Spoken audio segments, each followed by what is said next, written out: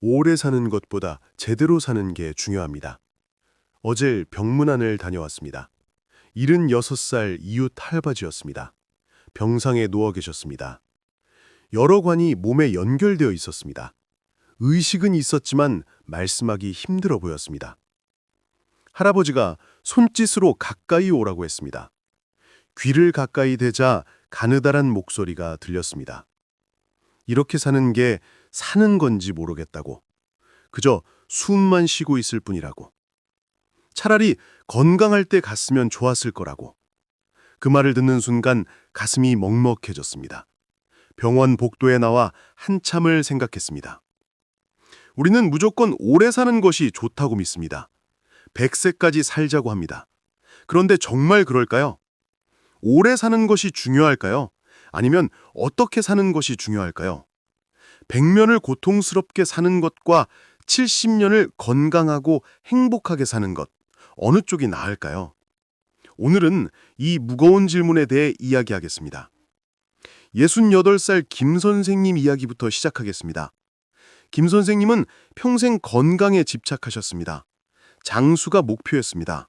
100세까지 사는 것이 꿈이었습니다. 매일 건강 프로그램을 챙겨봤습니다. 건강식품을 먹었습니다. 운동도 열심히 했습니다.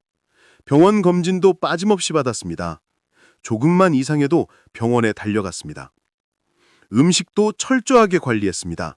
짠 것, 단 것, 기름진 것 모두 피했습니다. 맛있는 음식은 건강에 안 좋다며 입에 대지 않았습니다. 친구들 모임에서도 혼자 따로 먹었습니다. 여행도 안 갔습니다. 피곤하면 안 된다고 했습니다. 취미생활도 없었습니다. 시간 낭비라고 생각했습니다. 오직 건강관리에만 매진했습니다. 친구들이 놀러 가자고 했습니다. 김 선생님은 거절했습니다. 건강관리 스케줄이 있다고 했습니다. 가족들이 여행을 가자고 했습니다. 역시 거절했습니다. 루틴이 깨지면 안 된다고 했습니다. 삶이 온통 건강관리뿐이었습니다. 즐거움이 없었습니다. 웃을 일도 없었습니다. 그저 오래 살기 위해 하루하루를 버텼습니다. 70살이 됐습니다. 건강했습니다. 검사 수치도 좋았습니다. 김 선생님은 만족했습니다. 100세까지 사는 것이 가능해 보였습니다. 계획대로 되고 있었습니다. 그런데 어느 날 친구 부고 소식을 들었습니다. 같은 나이 친구였습니다. 갑자기 세상을 떠났습니다. 장례식에 갔습니다. 친구들이 모여 이야기했습니다. 다들 고인을 추억했습니다. 함께 여행 갔던 이야기를 했습니다. 맛있는 것 먹으며 즐겼던 순간들을 나눴습니다. 웃고 떠들었던 시간들을 회상했습니다. 그 친구는 즐겁게 살다 갔다고 했습니다. 김 선생님은 문득 깨달았습니다. 자신에게는 그런 추억이 없다는 것을, 건강관리만 하느라 즐거운 순간을 놓쳤다는 것을, 친구들과의 추억도 가족과의 여행도 없다는 것을. 집에 돌아와 곰곰이 생각했습니다. 나는 무엇을 위해 오래 사려고 하는가? 오래 산다는 것이 목적인가?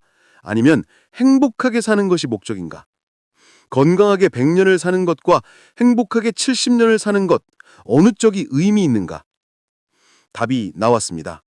잘못 살고 있었다는 것을. 수단과 목적이 바뀐 것이었습니다. 건강은 행복한 삶을 위한 수단입니다. 그런데 건강 자체가 목적이 돼버렸습니다. 행복은 잊은 채 건강만 추구했습니다. 김 선생님은 삶의 방식을 바꿨습니다. 건강은 적당히 관리하되 즐거움도 챙기기로 했습니다. 친구들과 여행을 갔습니다. 맛있는 음식도 먹었습니다. 취미생활도 시작했습니다. 놀라운 일이 벌어졌습니다. 더 행복해졌습니다. 웃을 일이 많아졌습니다. 삶이 풍요로워졌습니다. 건강 수치는 조금 나빠졌을지 몰라도 삶의 질은 훨씬 좋아졌습니다. 김 선생님은 말씀하셨습니다. 오래 사는 것만 생각했던 자신이 어리석었다고. 제대로 사는 것이 더 중요하다는 것을 이제야 깨달았다고. 남은 인생은 의미 있게 살겠다고 합니다. 이 이야기에서 무엇을 배울 수 있을까요? 첫째는 건강이 목적이 아니라 수단이라는 것입니다. 건강은 행복한 삶을 위한 도구입니다. 건강 자체에 집착하면 삶의 본질을 잃습니다. 둘째는 균형이 중요하다는 것입니다. 건강도 챙기되 즐거움도 챙겨야 합니다. 한쪽에만 치우치면 안 됩니다. 적당한 균형이 행복한 삶을 만듭니다. 셋째는 추억이 중요하다는 것입니다. 오래 사는 것보다 의미 있는 순간들이 중요합니다. 사랑하는 사람들과의 시간이 중요합니다. 그것이 진짜 삶입니다. 하지만 김 선생님의 깨달음은 일찍 온 편이었습니다. 지금부터 들려드릴 이야기는 너무 늦게 깨달은 경우입니다. 후회해도 돌이킬 수 없는 상황이었습니다.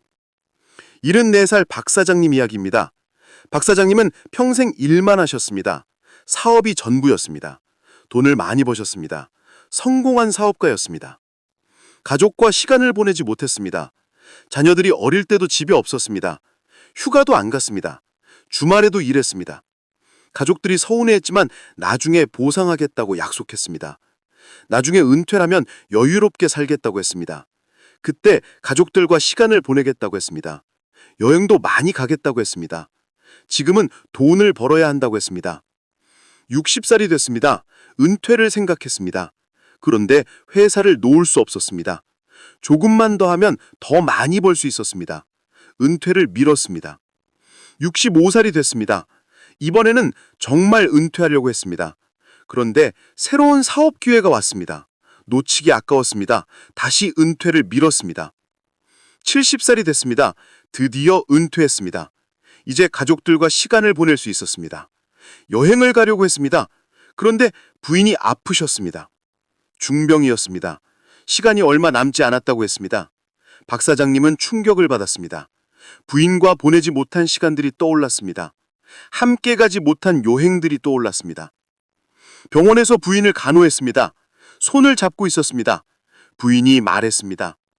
당신과 더 많은 시간을 보내고 싶었다고.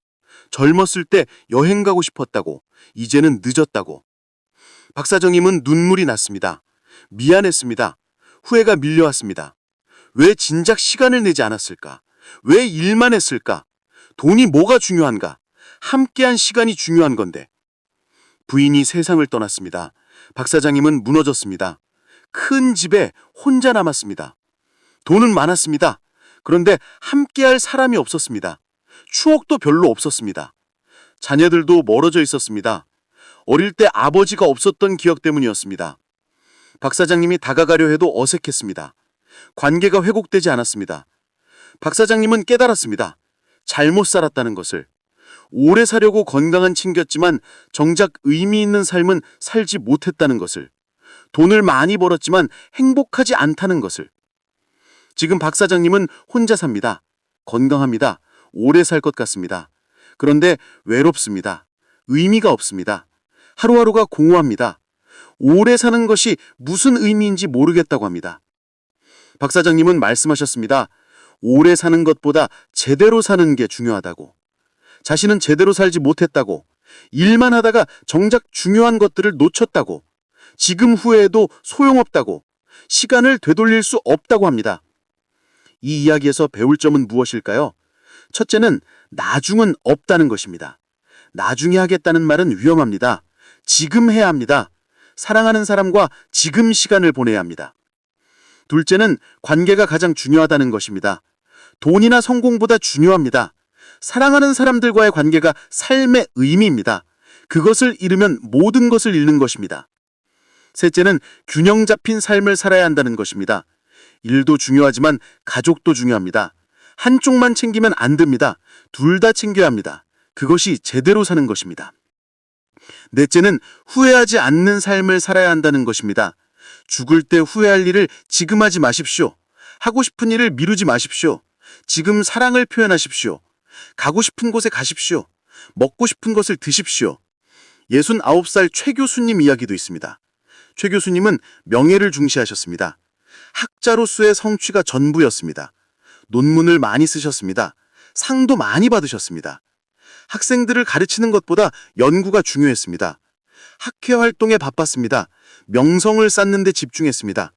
사람들이 알아주는 학자가 되고 싶었습니다. 가족들과 시간을 보내지 못했습니다. 집에서도 연구했습니다. 휴일에도 일했습니다.